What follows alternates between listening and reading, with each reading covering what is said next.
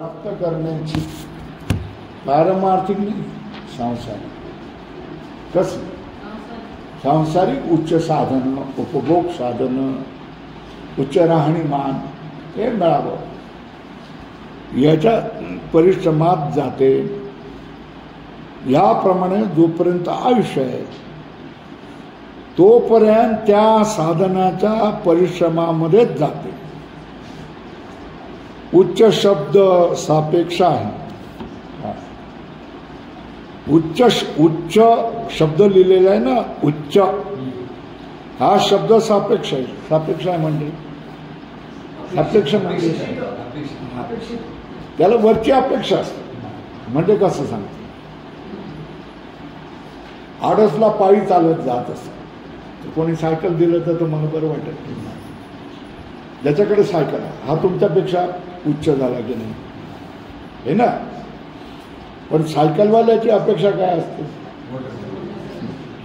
अरे कोण पॅडल मारत जातं. मोटरसायकल मारली निघाला, हे ना. चला मोटरसायकल मिळाली तर फोर व्हीलर मिळाली, हे ना. मग कुठली इंडिका ना, इंडिका मिळाली, मला माहीत नाही तर तरी चालेल, खुश होतो की नाही.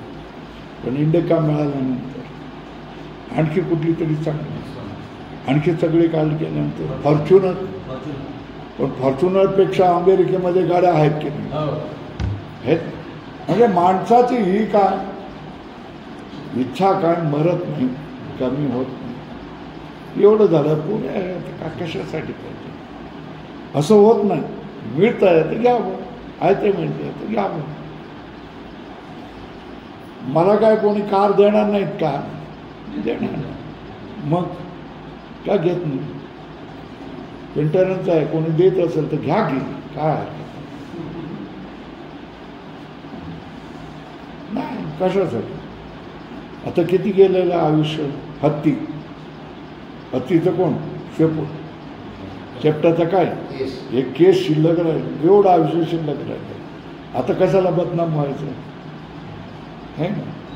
थोडंसं सहन करायचं ना, बरोबर आहे ना. पुढे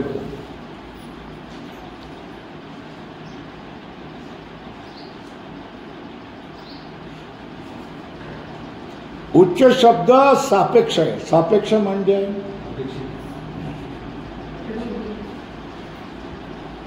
कोणाला बांधकामावर काम करणाऱ्याला 700-800 दिले, बरोबर आहे ना. पण त्याला वाटतं मिस्त्रीला 1200 रुपये, त्याला 1200 वाटतं त्या मिस्त्रीला, तर त्याला वाटतं का कॉन्ट्रॅक्टरकडे आहे त्याला 2000 रुपये, है ना. हे सारखं चालू असतं की नाही, है ना. आता अडाणी अंबानी त्यांच्यापेक्षा सुद्धा अमेरिकेमध्ये श्रीमंत लोक आहेत की नाही, है ना. मग त्यांना त्यांची अपेक्षा असते ना, त्यांचं लक्ष ते असतं.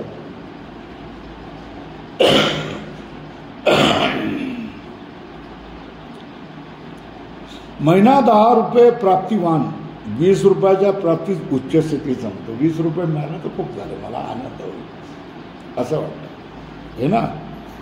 तो 50 रुपयाच्या प्राप्तीस उच्च स्थिती म्हणतो, 20 रुपयावाला. आणि अनवाणी चालणाऱ्या गाडीत बसलेल्या मोटारीत बसलेल्यास भाग्यवान समजतो, है ना. ज्याला संतान नाही तो ज्यास एखादी मुलगीच असेल त्याचा भाग्यवान समजतो. ज्या सर्वच मुलीच आहेत तो पुत्रवानाच भाग्य समजतो. एखाद्यात पुष्कळ पुत्र व कन्या असतील तर त्याच्या निर्वाहाची मुळीच सोय नसेल तर तो निसंतानी पुरुषास भाग्यवान समजतो. त्याला संतान नाही देव.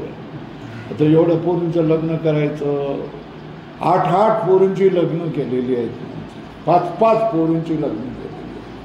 आता जे तुम्ही तर कल्पनाच करू शकत नाही. 8 पोरी,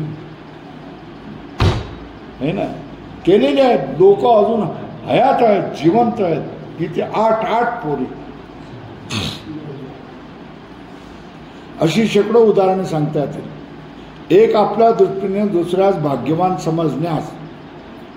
समजण्याचा संप्रदाय अनादी कालापासून व्यवहारात चालू आहे. आपल्या दृष्टीने दुसऱ्यास भाग्यवान समजण्याचा संप्रदाय अनादी कालापासून व्यवहारात चालू आहे. परंतु व्यवहारात अमुक स्थितीत असलेला मनुष्य भाग्यवान आहे ठरविण्यास अगोदर भाग्य म्हणजे काय याचा निर्णय झालेला नसतो. अधोरेखा करा. काय कुणाला भाग्यवान ठरवायचं, पण भाग्य म्हणजे काय याचा निर्णय कोणी केलेला आहे का? याचा निर्णय झालेला नसतो.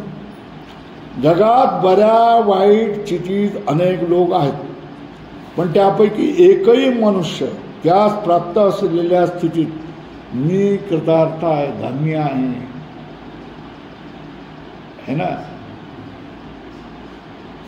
असं कोणी म्हणतो का?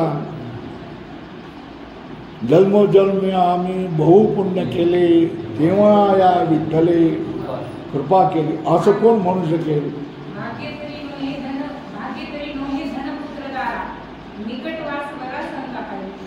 असं कोण म्हणेल? कोण म्हणायला तयार?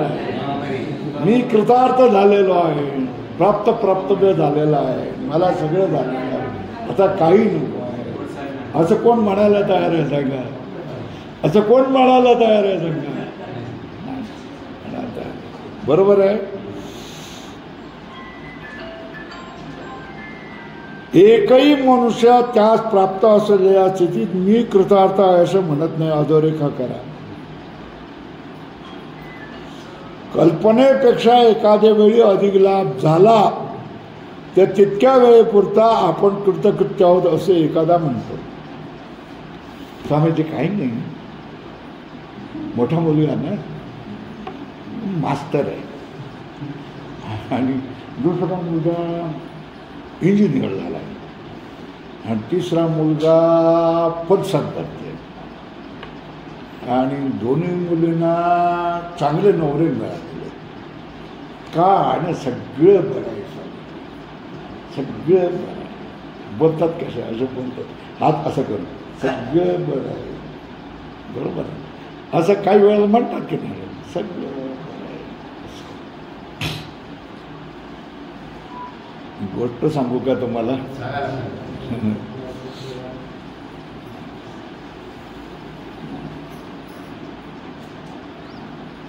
विदर्भात यवतमाळ जिल्ह्यामधल्या एक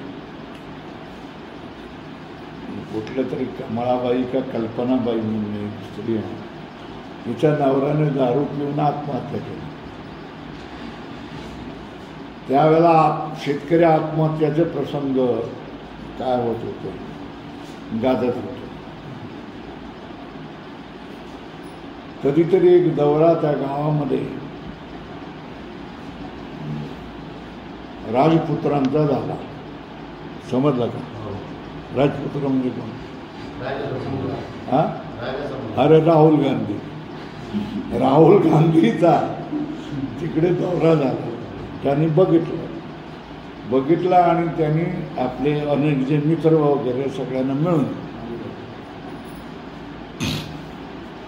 कोणी 5 लाख दिले, कोणी 10 लाख दिले, कोणी 2 लाख दिले, अशी मिळून 20-25 लाख रुपये काय केले, तिच्या नावावर जमून फिक्स डिपॉझिटमध्ये ठेवले. आता तिला सुख मिळायला पाहिजे की नाही?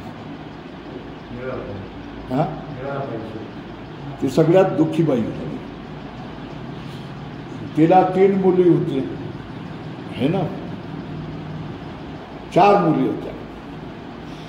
4 मुलीच्या जावयाने आपल्या बायकोकडे टुमणं लावलं, पैसे आण,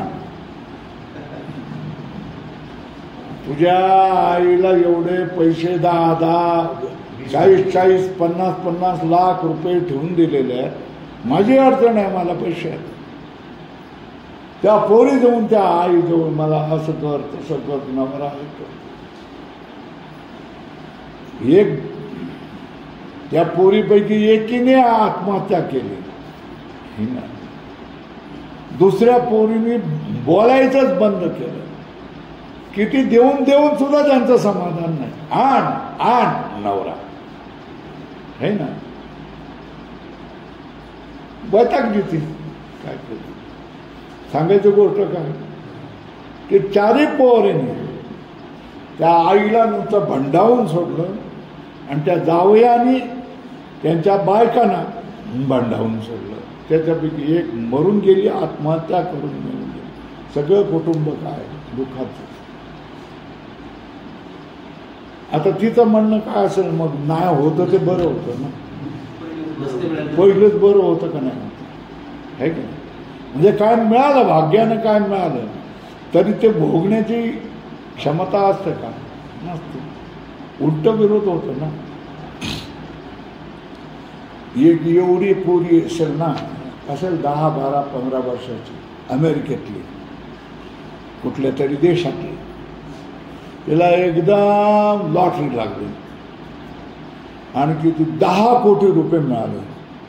काय मिळालं? 10 कोटी डॉलर म्हणतात. म्हणजे त्याला 100 रुपयांनी गुणा. मग तिने काय करावं, तिची बातमी आली, फोटो आल्याबरोबर तिच्या मैत्रिणीच्या आई वडील सगळे येऊन भंडावून तिला सोडायला लागले. आम्ही किती गरीब आहोत, आम्हाला किती पैशाची जरुरी आहे, तुला एवढे पैसे काय करायचे आहेत, आम्हाला थोडे दे ना, आम्ही परत देऊन देतो ना. ती म्हणाली, ती पोरी म्हणायला लागली, माझं आयुष्य खराब झालं. काय झालं? एवढ्या याच्यामध्ये मी प्लॉट घेतले, सगळं घेतलं, पण माझ्या मैत्रिणी माझ्याशी बोलणं बंद करून टाकलं. मला माझ्या आईवडिलांनी माझ्या सुरक्षेसाठी 2-4 अंगरक्षक आणून ठेवले. मी एका कैदेत असलेल्या गुन्हेगारासारखी मी एका घरामध्ये चारी बाजूने पहारेकरी वगैरे ह्याच्यामध्ये मी राहू लागलो. माझ्या मैत्रिणी माझ्याशी बोलायची बंद झालं. माझं जीवन हे नरकासारखं झालं. काय समजलं का, कळलं का? मुलीच्या ह्या कहाण्या येतात, तुम्ही वाचत बसले, ह्या गोष्टी येतात, याच्याकडे आपण लक्ष देत नाही फारसं, पण वर्तमानपत्रात बाकीच्या अशा ह्या गोष्टी येत असतात, हे ना. म्हणजे पैसे मिळाले, वाटतं आपण की पैसे मिळाल्यानंतर आपण सुखी होऊ शकू, काय करू, असं करू. तर तुमच्या अपेक्षेपेक्षा कितीतरी पटाने 100 कोटी रुपयाचं रक्कम डबुलं तुम्हाला मिळालं, जीवन सुखी झालं का? नाही झालं. जेलमध्ये तुम्ही पडलं. जेलमध्ये म्हणजे कोणाच्या? आपल्या स्वकीयांच्या आईवडिलांच्या जेलमध्ये ती पडली. याच्यामध्ये राहू लागली, बंद दाराआड राहू लागली. 4 अंगरक्षक त्याच्यासाठी लावले आणि कोणी मैत्रिणी नाहीत, कोणी नाही. दुसऱ्याने बोलणं सोडून दिलं, सगळं दिलं. हे तर जीवन नरकासारखं झालं. काय पैसे करून द्यायचे? बरोबर आहे.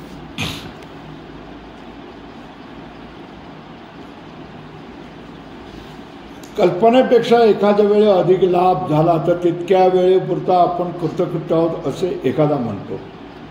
बरोबर आहे ना? खूप लाभ झाला, मला बरं झालं. पण ती कृतज्ञता क्षण मात्र असते. अधोरेखा करा, याला काय म्हणतात? कृतज्ञता मतलब धन्यता. सफल झालं, काय प्राप्त करायचं राहिलेलं नाही.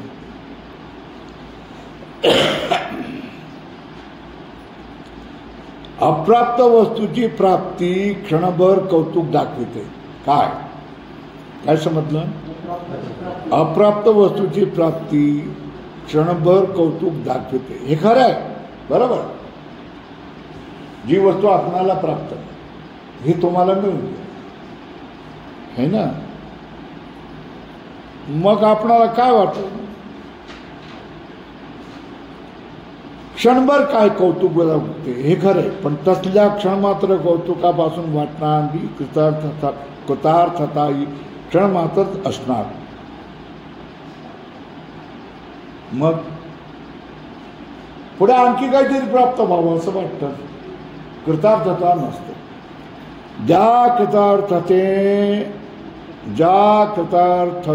कृतार्थतेनंतर कर्तव्य राहत नाही आणि जिच्या प्राप्तीनंतर प्राप्तव्य राहत नाही तीच खरी कृतार्थता आहे. अधोरेखा काय धन्यता कृतार्थता खरी कोणती बोला.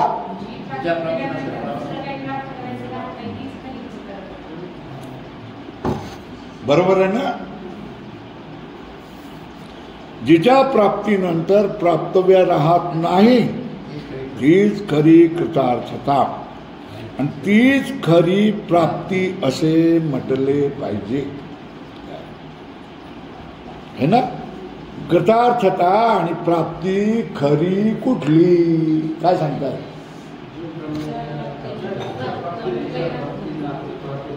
जिच्या प्राप्तीनंतर दुसरं काही प्राप्त करायचं राहत नाही तीच खरी कृतार्थता आणि तीच खरी प्राप्ती असे म्हटले पाहिजे. अधोरेखा करो.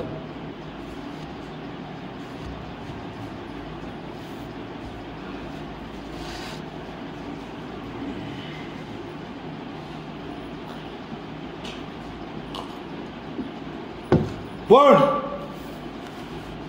दृष्ट व्यवहारात सर्व स्थितीतील मनुष्यांचा किंवा अदृष्ट स्वर्गादी लोकातील उत्तमोत्तम भोगांचा बरोबर आहे. दृष्ट व्यवहारात सर्व स्थितीतील मनुष्यांचा किंवा अदृष्ट स्वर्गादी लोकातील उत्तम भोगांचा किंवा त्या भोग भोगणाऱ्या देवादिकांच्या स्थितीचा विचार केला तर काय काय तर काय सर्व ठिकाणी रच्या पुढे डचा अनुभव येतो. म्हणजे रड प्रत्येक ठिकाणी मनुष्य काय रडतच राहतो. या एकंदर स्थितीवरून असे निश्चित करता येईल की ज्यापेक्षा दुसरे कोणतेही मोठे दृष्ट किंवा श्रुत सुख नाही असे सुख आपणास असावे आणि कोणत्याही प्रकारचे यत्किंचितही दुःख असू नये अशा स्थितीत उच्चतम स्थिती असे म्हणता येईल. उच्चतम स्थिती अधोरेखा करो.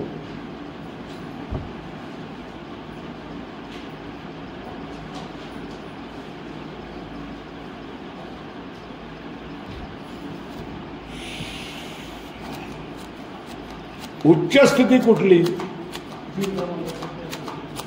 उच्च स्थिती कुठली. हा उच्च स्थिती कुठली हे सांगतायत.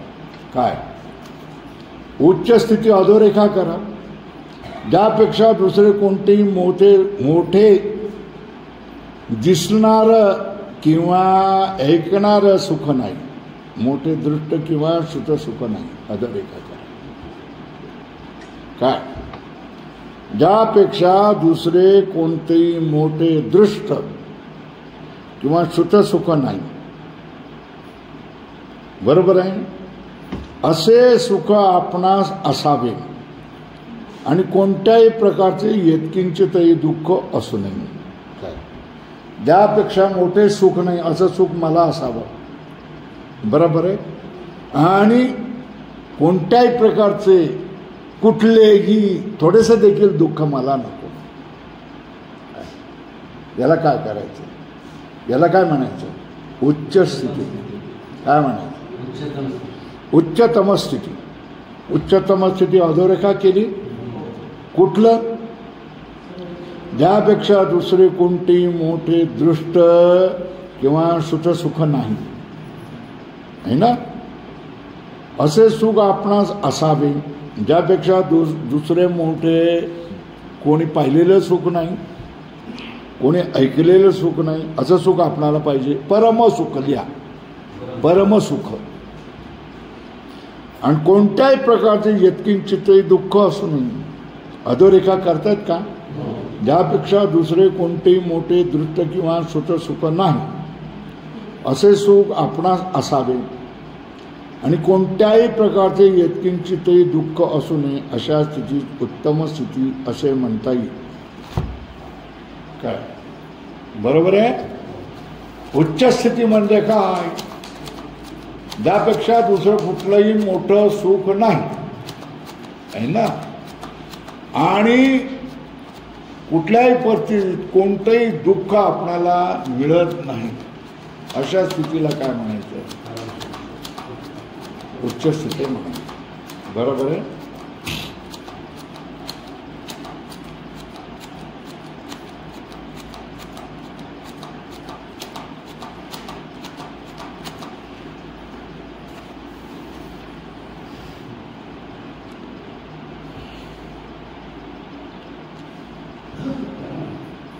असे म्हणता येईल, कारण या स्थितीत जीवमात्राच्या सर्व इच्छांचा अंतर्भाव होतो. या स्थितीमध्ये सगळ्या जीवमात्रांचा सर्व इच्छांचा अंतर्भाव होतो.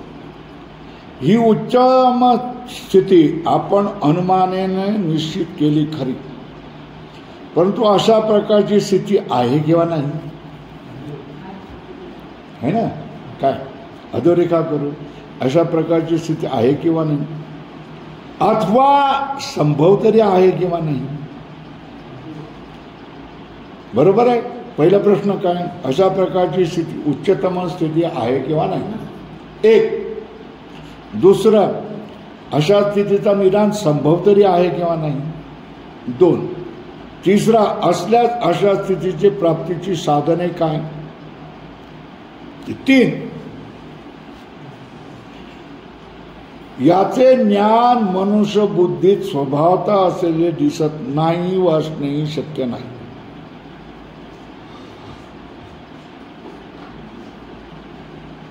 बरोबर आहे.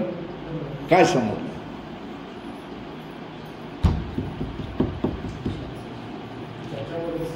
अशी उच्चतम स्थिती आहे किंवा नाही, अशी उच्चतम स्थिती संभव तरी आहे किंवा नाही. संभव असेल तर तिच्या प्राप्तीची साधनं काय, हे ज्ञान कुणाला प्राप्त असेल, स्वाभाविकपणे प्राप्त असेल किंवा नाही, नाही असू शकत. बरोबर आहे ना? दिसत नाही, वाचणे शक्य नाही. बरोबर आहे. पॅराग्राफ बदला. जे मनुष्याच्या बुद्धीस अज्ञात असते त्याचे त्या ज्ञान करून देणे हे शास्त्राचं शास्त्रत्व आहे. हे वाचलंय आपण एकदा. अधोरेखा करा. जे पुरुषाला समजत नाही, जी उच्चतम स्थिती आहे, म्हणजे ज्याच्यापेक्षा दुसरं सुख नाही, ज्या स्थितीमध्ये यत्किंचितही दुःख होत नाही, अशी स्थिती आहे किंवा नाही, असली तर त्याची साधनं काय याची माहिती सामान्य माणसात असणं शक्य नाही. आणि जे सामान्य माणसात माहीत नाही ते माहीत करून देण्याचं काम कोण करतं? शास्त्र. कोण करतं? शास्त्र करत असतं. ते माहीत करून देतं. जे मनुष्याच्या बुद्धीस अज्ञात असते त्याचे ज्ञान करून देणे हे शास्त्राचे शास्त्रत्व आहे. बरोबर आहे. असं शास्त्र कुठलं? वेदांत शास्त्र. वेदांत शास्त्र अशा प्रकारची उच्च स्थिती असल्याचे सांगून त्या स्थितीचं मोक्ष असे म्हणते. अधोरेखा कर. हे सांगेल कुठलं शास्त्र? वेदांत शास्त्र. वेदांत शास्त्र अशा प्रकारची उच्च स्थिती आहे असा निश्चय करते आणि त्या स्थितीला नाव पण देते. काय? मोक्ष. काय? मोक्ष असे म्हणते.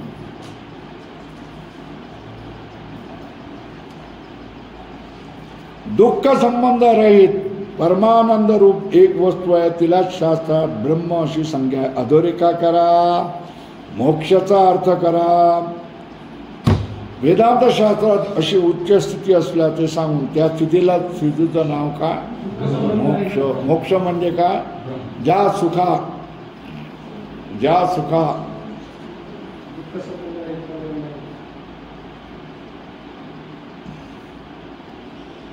जे सुख आहे, ज्या सुखापेक्षा दुसरं मोठं सुख नाही आणि ज्या सुखामध्ये अत्यंत दुःखाची प्राप्ती ही नाही,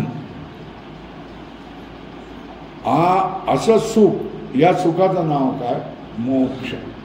बरोबर आहे. आणि त्याला शास्त्रीय भाषेत दुःख संबंधित परमानंद रूप एक वस्तू आहे, तिला शास्त्रात काय म्हटलंय? ब्रह्म. अधोरेखा करा.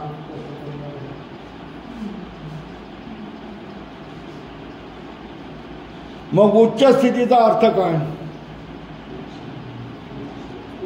बोला, उच्च स्थितीचा अर्थ काय? मोक्षाचा अर्थ काय? ब्रह्माचा अर्थ काय? मोक्षाचा अर्थ काय? उच्च स्थिती. उच्च स्थिती म्हणजे काय? मोक्ष म्हणजे काय? ब्रह्म म्हणजे काय? मोक्ष म्हणजे काय? मोक्ष म्हणजे काय? ब्रह्म. उच्च स्थिती. बरोबर आहे ना? हे सगळे पर्यायवाची शब्द. उच्च स्थिती उच्च स्थितीची प्राप्ती म्हणजे ब्रह्माची प्राप्ती, म्हणजेच मोक्षाची प्राप्ती. आता सगुणवाले म्हणतील की भगवंताची प्राप्ती, परमात्मा प्राप्ती असं म्हणतील. सांख्यवाले म्हणतील अपवर्ग. या सगळ्याचा अर्थ काय? परमानंदाची प्राप्ती आणि आत्यंतिक दुःखाची, हे जे आपण शिकलो ते बरोबर आहे.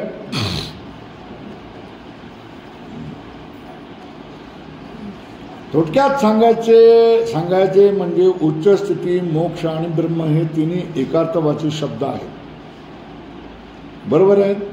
अशा रीतीने मोक्षाचे स्वरूप शास्त्र प्रमाणाने निश्चित झाल्यावर, मोक्षाचं स्वरूप कुठल्या प्रमाणे निर्णय होईल? शास्त्र प्रमाणाने. अधोरेखा करो.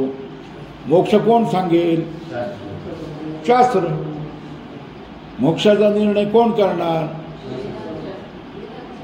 शास्त्र. वेदांत शास्त्र करणार. बरोबर आहे ना?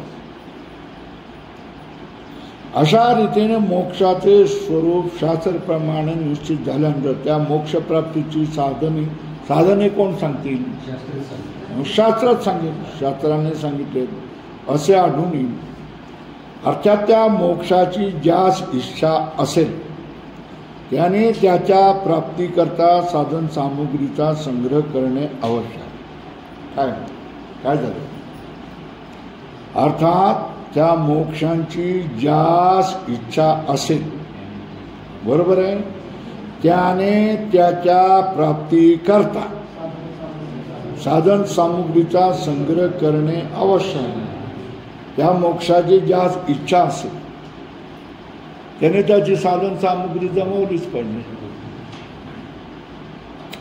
अरे घर बांधायची इच्छा असेल तर घर बांधण्यासाठी द्रव्य पाहिजे, छड पाहिजे, वाळू पाहिजे, विटा पाहिजेत, सिमेंट पाहिजेत.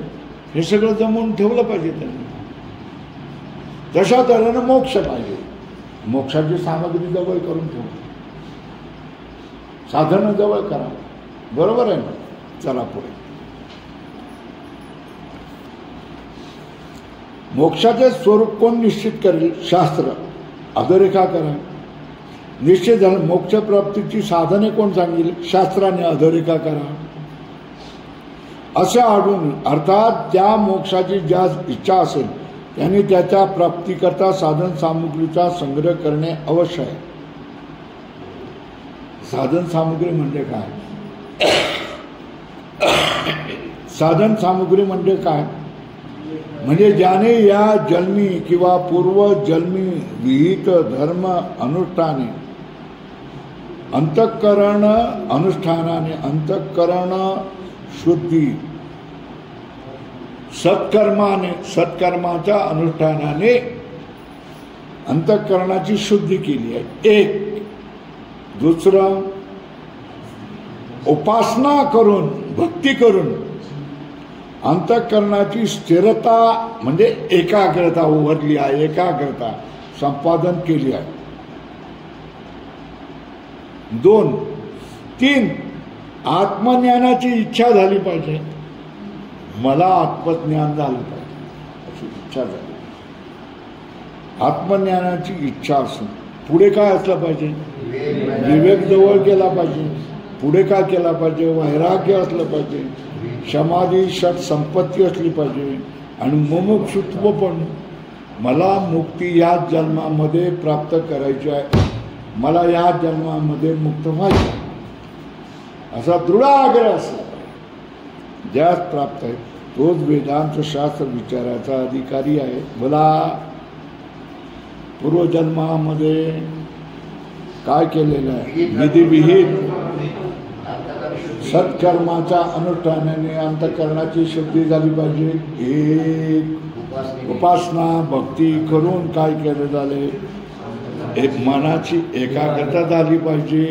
त्याच्यानंतर मार्ग दिसला पाहिजे, मला आत्मज्ञान प्राप्त झालं पाहिजे म्हणून इच्छा झाली पाहिजे. नंतर त्याच्याजवळ विवेकाचा त्याने संग्रह केला पाहिजे. नंतर वैराग्य त्याच्याजवळ आलं पाहिजे. नंतर समाधी संपत्ती आली पाहिजे आणि मुमुक्षुत्व ज्यास प्राप्त आहे. एवढ्या गोष्टी बोला, कुठल्या गोष्टी? असत्कर्म करून अनेक जन्मामध्ये सत्कर्म करून अंतःकरणाची शुद्धी झाली पाहिजे. नंबर एक. दुसरं, या जन्मामध्ये पहिल्या जन्मामध्ये भक्ती करून काय केलं पाहिजे? मनाची एकाग्रता झाली पाहिजे. नंतर मला दुसरं काही नको, मला ज्ञान द्या, ज्ञान द्या, ज्ञान द्या, मला ज्ञान द्या, मला समजावून सांगा, मला ज्ञान द्या, आत्मज्ञान पाहिजे अशा तऱ्हेची इच्छा झाली पाहिजे. तीन. नंतर विवेक काय, नित्य काय अनित्य काय समजलं पाहिजे. नंतर वैराग्य असलं पाहिजे. बस झालं, खूप झालं. आता वैराग्य असलं पाहिजे. नंतर काय असलं पाहिजे? समाधी षट संपत्ती. आणि सर्वात शेवटी काय असलं पाहिजे? मला मुक्ती या जन्मामध्ये पाहिजे म्हणजे पाहिजे म्हणजे पाहिजे म्हणजे पाहिजे म्हणजे पाहिजे. बरोबर आहे. मला दुसऱ्या जन्माचं सांगू नका, मी दुसरा जन्म घ्यायला तयार नाही. ह्याच जन्मामध्ये मला मुक्ती मिळाली पाहिजे असा दृढ आग्रह असलं पाहिजे. त्याच्यासाठी काय करायला होता? मान कापायला लावता, मान कापायला तयार आहे. फाशी लावायला लावता, फाशी लावायला तयार. काय करायला लावता ते मी करायला. मी 42व्या वर्षी लघु सिद्धांत कौमुदी पाठ केली. कुठल्या वर्षी? तुमच्यापैकी कोण 42व्या वर्षावरचं मला आहे सांगा? आहे का 42 वर्षवाला कोणी आहे का? नाही. तुमचं किती आहे? 50 वर्ष. बरोबर आहे. 50व्या वर्षी मी काय करतो? लघु सिद्धांत कौमुदी शिकवत होतो. हा हो. 42व्या वर्षी अर्ध्या आयुष्यामध्ये पाठ करत होतो, व्याकरण पाठ करत होतो. आजच्या पोरांना काय ऐकून, मी फक्त ऐकून घेणार, पाठ करणार नाही. आम्ही पाठ केली म्हणून ही स्थिती झालं. पुढे चला. काय काल लक्षात आलं? जन्मोजन्मामध्ये तुम्ही सत्कर्म केलं पाहिजे, अंतःकरण शुद्ध झालं पाहिजे. नंबर 2, भक्ती तुम्ही केली पाहिजे, मन एकाग्र झालं पाहिजे. त्याच्यामधून मला आत्मज्ञान प्राप्त झालं पाहिजे. मी आत्मज्ञानाशिवाय राहू शकत नाही. दुसरं मला जेवायला देऊ नका, मला काय देऊ नका, राहायला घर देऊ नका, चालेल, पण मला आत्मज्ञान पाहिजे. आत्मज्ञानासाठी कुठे जाऊ, काय करू, कुठे काय करू तेवढं मला सांगा. कुठे भटकू, कोणाचे पाय धरू तेवढं मला सांगा. अशी स्थिती मनाची स्थिती असली पाहिजे. आणि त्याच्यानंतर मग काय करायचं? त्याच्यासाठी उद्यम करायला तयार असलं पाहिजे, विवेक असलं पाहिजे, वैराग्य असलं पाहिजे. आता त्या नातुंड विषय तो त्यांचा झाला नारायण, नावडे जन धन माता पिता. म्हणजे नातरुंडपण,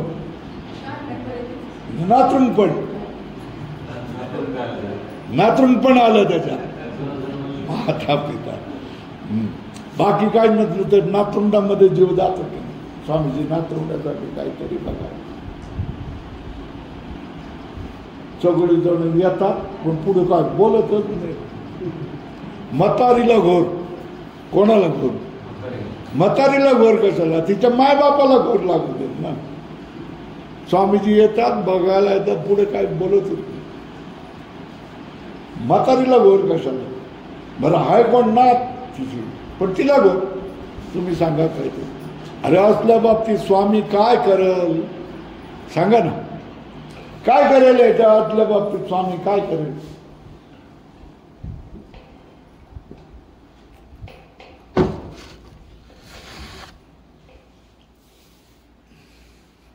तुकाराम महाराज देव घ्या टोपलीमध्ये घेऊन, अत्यंत स्वस्त आहे.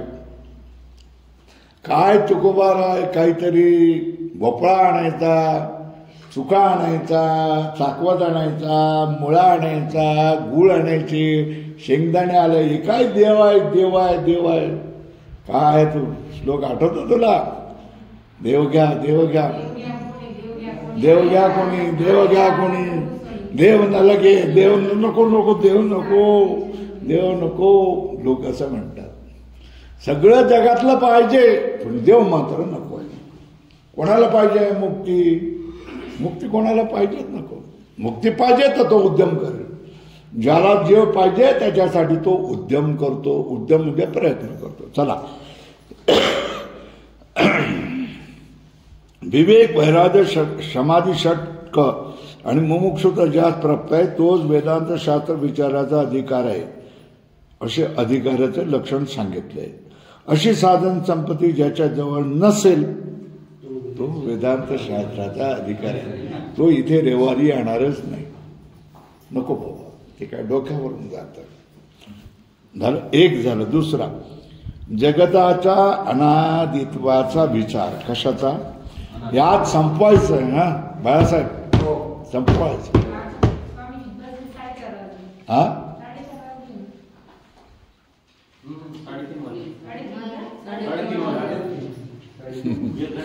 माझं लक्ष नाही का? माझं लक्ष नाही का?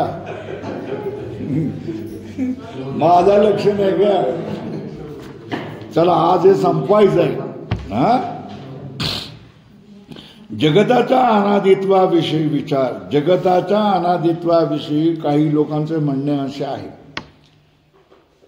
काही लोकांचं म्हणणं काय? अरे बाई, जग केव्हा तरी सुरू झालं पाहिजे, असलं पाहिजे ना. काय काय कधीतरी कधीतरी कधीतरी जग सुरू झालं असलं पाहिजे ना. पहिलं नसलेलं जग कधीतरी सुरू झालं असलं पाहिजे. त्याला म्हणतात आरंभ. काय म्हणतात? जगताला केव्हा तरी आरंभ हा असलाच पाहिजे. बरोबर आहे? अधोरेखा करेल. हे म्हणणे साधारण मनुष्य बुद्धीच्या आटोक्याबाहेरचे नाही. ही गोष्ट साधारण मनुष्य बुद्धीच्या आटोक्याबाहेरचे नाही. ते कोणासही कबूल करावे लागेल, यात शंका नाही. प्रत्येकाचं म्हणणं काय? जगातील सुरुवात कधीतरी सुरुवात झाली असेल ना.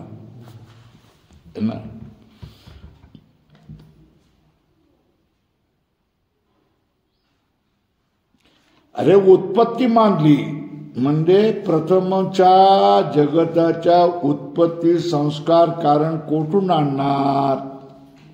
अधोरेखा करा. काय उत्पत्ती मानली? उत्पन्न होतं असं मानलं तर सगळ्यात पहिलं जे जगत निर्माण झालंय त्या उत्पत्तीला जो संस्कार कारण आहे, हा संस्कार कारण कुठून आणणार तुम्ही सांगा? ही लोकांची सरळ शंका आहे. बरोबर ना? पहिली उत्पत्ती जगाची झाली, त्या ठिकाणी तुम्ही संस्कार कुठून आणणार? ही लोकांची शंका. बरोबर आहे? शंका समजली का? जगाची पहिली उत्पत्ती झाली ती संस्काराने झाली, तर तो संस्कार कुठून आणला तुम्ही? बरोबर आहे? तिचे समाधान काय?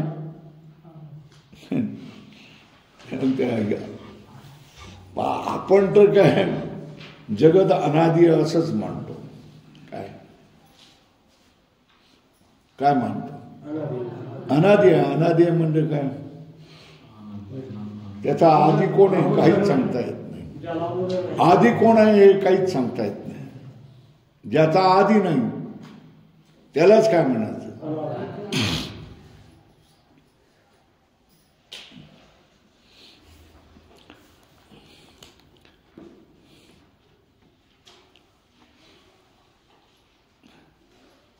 तर तिथे समाधान काय, तर जगत अनादि आहे, है ना. हे समाधानकारक उत्तर नाही वाटत आम्हाला, त्याच्यामुळे समाधान नाही होत ना. असं कसं म्हणतात. ज्यावेळी वेदांत्यांना अशा प्रकारच्या शंकाचे समाधान सांगता येत नाही, त्यावेळी ही मुस्कटदाबीची उत्तरे वेदांती देत असतात.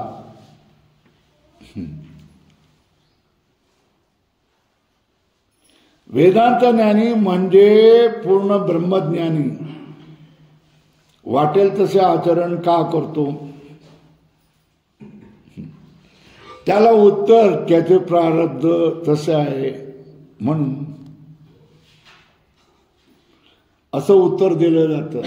काय, वेदांत ज्ञानी म्हणजे पूर्ण ब्रह्मज्ञानी वाटेल तसे आचरण का करतो, त्याला उत्तर काय दिलं जातं, त्याचं प्रारब्ध. बाबा त्याचं प्रारब्ध तसं आहे, त्याला काय करणार.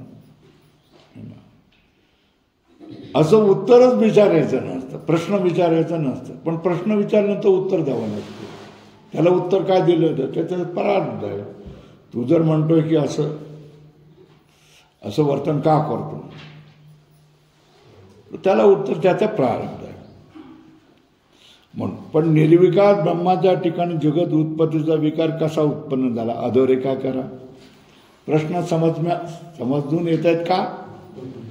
काय, या ठिकाणी जगत उत्पत्तीचा विकार कसा उत्पन्न झाला, त्याला पुन्हा उत्तर अनादि मायेने. बरोबर आहे, बरोबर आहे ना. त्याचं पुन्हा उत्तर काय, अनादि मायेने. आता तुम्ही किती शब्द वापरले, अनादि, नंतर प्रारब्ध, नंतर माया. ही उत्तरे देणे म्हणजे पर्याय, आणि ह्याचे उत्तर आम्हाला सांगता येत नाही असंच म्हटलं की नाही. काय किती शब्द वापरले तुम्ही, अनादि, प्रारब्ध, माया, ही तुम्ही उत्तर द्यायला लागले. तर याचा अर्थ काय, याचं उत्तर देता येत नाही असाच अर्थ होतो की नाही. अधोरेखा करा, याचे उत्तर आम्हाला सांगता येत नाही. म्हणजे याचा अर्थ, याच्या पुढे तुम्ही काही विचारू नका, अशी दमदाटी देण्यासारखी आहे की नाही. काय, पण याच्या पुढे तुम्ही काही बोलू नये असं सांगण्यासारखे आहे.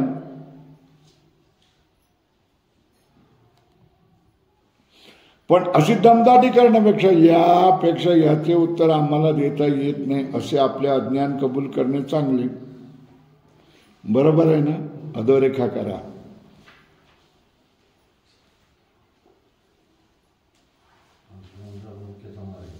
है ना. काय केले, एक उत्तर द्यावं तर समोरच्याचं तोंड बंद करावं, अशा तऱ्हेने काय करावं लागतं. अनादि, माया, प्रारब्ध हे शब्द वापरावे लागतात. याचा अर्थ याच्या पुढे तुम्ही बोलू नका, विचारू नका, अशी दमदाटी करणं. बरोबर आहे. बर,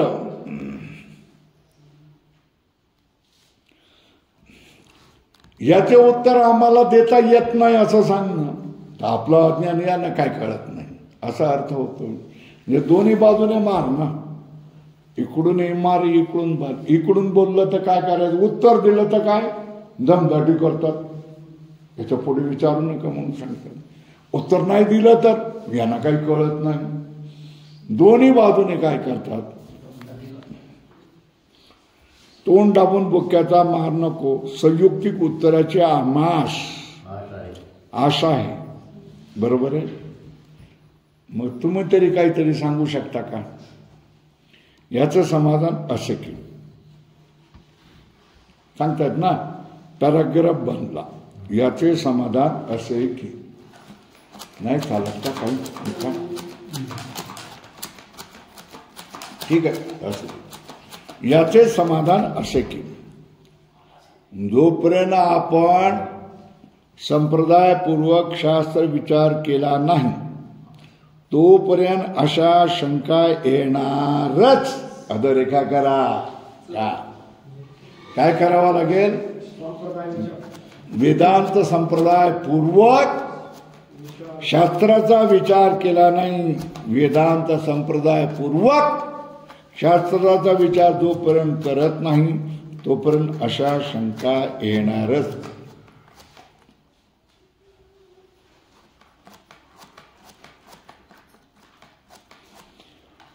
तत्वविचारामध्ये जीवांना फसवून किंवा त्यांचे तोंड दाबून वाटेल ते सिद्धांत त्याच्यावर लादण्यात सर्वज्ञ दयाळू शास्त्रकारास या शंकेखोरापासून काही मिळायचे नाही. ही गोष्ट प्रथम लक्षात ठेवली पाहिजे. काय? तत्वविचारामध्ये जीवांना फसवून किंवा त्यांचे तोंड दाबून वाटेल ते सिद्धांत त्याच्यावर लादण्यात शास्त्रकार सर्वज्ञ आहे, शास्त्रकार दयाळू आहे. तर शंकेखोरापासून यांना काय मिळणार आहे? शास्त्रकारांना काही मिळणार नाही, मिळायचे नाही. ही गोष्ट प्रथम लक्षात ठेवली पाहिजे. काय? जो शंका करणारे आहे त्यांना फसवून है ना, त्यांना दाबून है ना, त्यांचं तोंड दाबून ठेवण्यात यांना काय मिळणार आहे? शास्त्रकारांना. कारण शास्त्रकार दयाळू आहेत आणि शास्त्रकार सर्वज्ञ आहेत, दयाळू आहेत. या शास्त्रकार समोरचा माणूस तुमच्याकडे 10,000 रुपये आगाऊ मागतोय आणि त्यांनी थोडंसं काम करून दाखवलंय म्हणून तुम्ही 10,000 रुपये दिले, बरोबर आहे ना. आणि दुसऱ्या दिवसापासून तो यायचंच बंद केलं तर तुम्ही काय करणार? बरोबर ना. मग हे फसवणं कशासाठी? मी सगळं काम करून देतो, उद्यापासून येतो, मी जबाबदारी घेतो, माझ्याकडे देऊन द्या, सोपवून द्या. किती गोड गोड गोड गोड गोड गोड गोड गोड बोलायचं. आणि एकदा हातात आलं की उद्या काय, मग त्याच्या तोंडच दाखवायचं. फोन लावलं तर फोन बंद, भेटायला गेलं तर नाही आहे ना. मग हे फसवणं कशासाठी? एक 10,000 रुपये मिळवण्यासाठी ना, है ना. जो शास्त्रकार आहेत हे सर्वज्ञ आहेत. दोन गोष्ट ते दयाळू आहेत है ना. त्यांना जगाला फसवून जगाचं तोंड दाबून काय मिळणार आहे मला सांगा? काय मिळणार आहे? म्हणजे शास्त्रकार फसवतात ही गोष्ट खरी नाही, तोंड दाबतात ही कोण? तत्वविचारामध्ये फसवतात ही गोष्ट खरी नाही, तत्वविचारामध्ये तोंड दाबतात ही गोष्ट काही खरी नाही. कारण त्यांना काही घेणं देणं नाही तुमच्याशी है ना. त्यांना जो लाभ झालेला तो लाभ तुम्हाला हवा असेल तर तू द्यायला तयार आहे. पण तुम्हाला फसवून, तुम्हाला दाबून, तुम्हाला दडपून त्यांना काय मिळणार आहे? काय मिळणार आहे? नाही मिळणार आहे. ते कुठलं तरी घोर जंगलामध्ये कंदमुळं खाऊन जगत होते. फळं, कंदमुळं जे काय मिळेल ते. आज देखील तुम्ही कुठेही उत्तर भारतामध्ये गेल्यात तर जंगलामध्ये कुठे लंग बसणार आहे आणि फक्त टॉवेल लावलेले है ना, गमजा लावलेला आणि ह्याच्यामध्ये जानवं असलेले लोक तुम्हाला दिसून देतील है ना. काय करतात ते? बटाट्याची भाजी आणि 4-5 तिखट. तिखट म्हणजे भाकऱ्या. कशाच्या? गव्हाच्या पिठाच्या भाकऱ्या. कोणीतरी बघत आणून देतो. एका दिवशी बघत आणलं तर तो त्याला काहीतरी कोबी आणून देईल, भाजी कसली तरी आणून देईल. तर तो त्याचा काय भंडार. किंवा तो आणखी काही गोडधोड आणलं तर त्या घनघोर जंगलामध्ये कोण जायला तयार आहे मला सांगा? नाही झालं. अशा घनघोर जंगलामध्ये अनेक बाबा राहतात, साधू संत राहतात. आम्ही देखील राहिलेलो आहे आहे ना. कोणीतरी दयाळू आजूबाजूच्या इकडचा बाबा तिथे राहतो म्हणून काहीतरी थोडंसं शिदा आणून देतो, त्याच्यावर भागवायचं. रोज तेच 2-4 तिखट म्हणजे काय, गव्हाची भाकरी आहे ना, आणि तीच पुन्हा पुन्हा आलू म्हणजे बटाट्याची भाजी. ते सुद्धा एकटंच आपण आहे तर बनवायचा कंटाळा. तर सकाळचं एकदा भरपूर खायचं, थोडंसं उरलेलं काय करतं संध्याकाळला खायचं, ही परिस्थिती बापाची है ना. असल्या लोकांना जगाला फसवण्याची गरज असती तर ते जगात राहिले असतं ना बाबा. ते जंगलामध्ये राहतायत कशासाठी, की जगाची फसवणूक आपल्या पदराला येऊ नये म्हणून आणि सत्याचा शोध मिळावा म्हणून. ते तुम्हाला फसवायला कशाला येतील, नाही येणार. हा पहिला आपल्या मनामध्ये येणारा जो संशय आहे, हे लोक शास्त्र विचारामध्ये फसवतात आणि लोकांना काय तोंड दाबून भुक्याचा मार करतात. हे बरोबर नाही. या शंकेखोरापासून काही मिळवायचं नाही, ही गोष्ट प्रथम लक्षात ठेवली पाहिजे. ही गोष्ट मान्य झाली म्हणजे जगताला अनादी म्हटले आहे ते संभवनीय आहे की नाही याचा आता विचार करू. काय तुम्हाला म्हटलं पाहिजे, काय लक्षात आलं तुम्हाला एवढं विचार केल्यानंतर? काय, जे लोक सर्वज्ञ आहेत, जे लोक दयाळू आहेत, त्यांना जगाला फसवण्यामध्ये काही रस नाही. त्यांना जे काय फळ मिळालेलं आहे, परमानंदाची प्राप्ती आणि सुख मिळालेलं आहे,